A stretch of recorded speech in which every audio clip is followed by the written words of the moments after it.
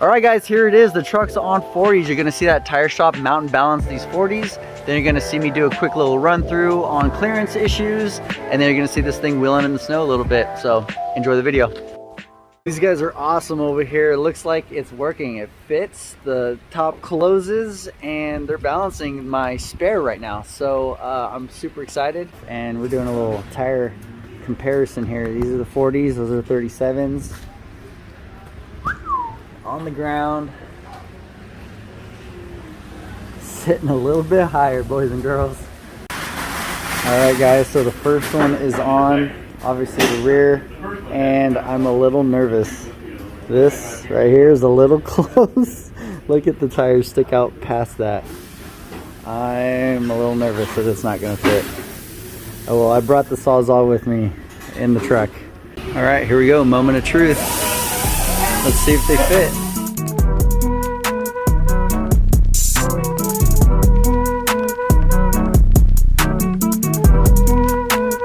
Whoa, getting really close over here. Obviously, I'm gonna go back and forth and the camera will straighten out a little bit, but this is basically it on 40s.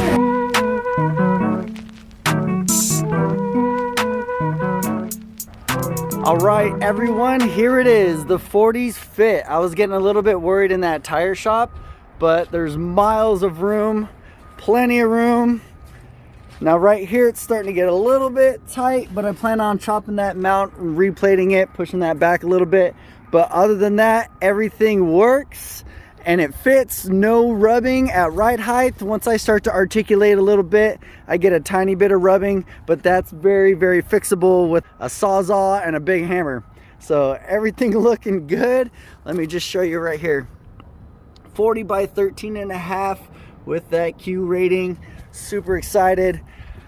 Like I said, we went on our first road trip with them. I got over 22 miles per gallon. And even with the, I reset it for some city driving, but I've gone 822 miles on them so far, 22.3 miles per gallon. And then I'm gonna switch over here to A trip. Whoops. A trip is 434 miles with 20 miles per gallon. So this is a little bit more city driving. And then this one, the B trip, is kind of overall everything. So I'm really excited to be getting over 20 miles per gallon on this thing. That's mainly because of the 456 gears that I put in these axles and the Hypertech inline system that I programmed to have 40s and the 456 gears on. So that's a big thing. My transmission isn't struggling to find the gears. I'm cruising at 65, 70 miles per hour on the freeway. And I'm not searching for any gears like that because the computer is reprogrammed with that inline setup. So I'm extremely happy with that. This would not happen without the BDS lift, the 4-inch lift, and the Baja kit. So that pushes out against that pushes the arms out a little bit further. And of course the ADS suspension is just feeling amazing. I can tighten that up when we're on road trips in the freeway, and then I can loosen about 20 clicks to loosen that up for a little bit more articulation off-roading. Why did I go with Milestar? I've been getting that question a lot, and I really like Milestar. I actually just got off the phone with Martine over there, and we were talking. These tires right here are 89 to 90 pounds. And the BFGs I was running, the KRs, my 37s, those were 95 to 96 pounds. So these tires are lighter than the tires I was running, the 37s. These 40s are lighter. Yes, there's a lot more leverage with the 40s. The only reason why they are lighter is because the sidewalls are a little bit thinner on here, which is absolutely fine with me because those racing tires, those KRs, are just so thick on the sidewall. They're like semi-truck tires, really. Those KRs were awesome, but I'm a lot happier with these lighter 40s. So that was one reason why I went with the Patagonias. Glad you guys came to check out the video. Now, if you want to see more of the truck, I post a lot more on Instagram. I try to post as much as I can on Instagram, and YouTube is kind of like a bi-weekly kind of thing.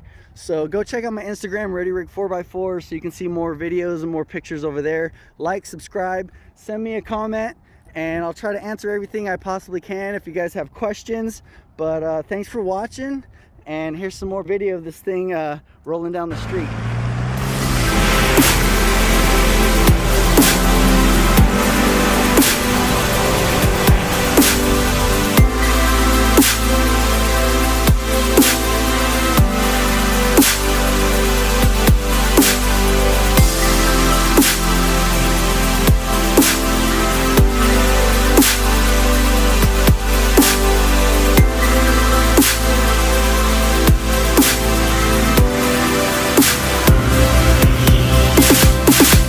So as we were up there in the back roads, up in the snow up there, testing the 40s out for the first time, we came across a Jeep that had gotten stuck next to a plow.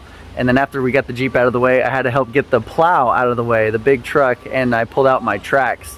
And here's a quick little video of me pulling them out.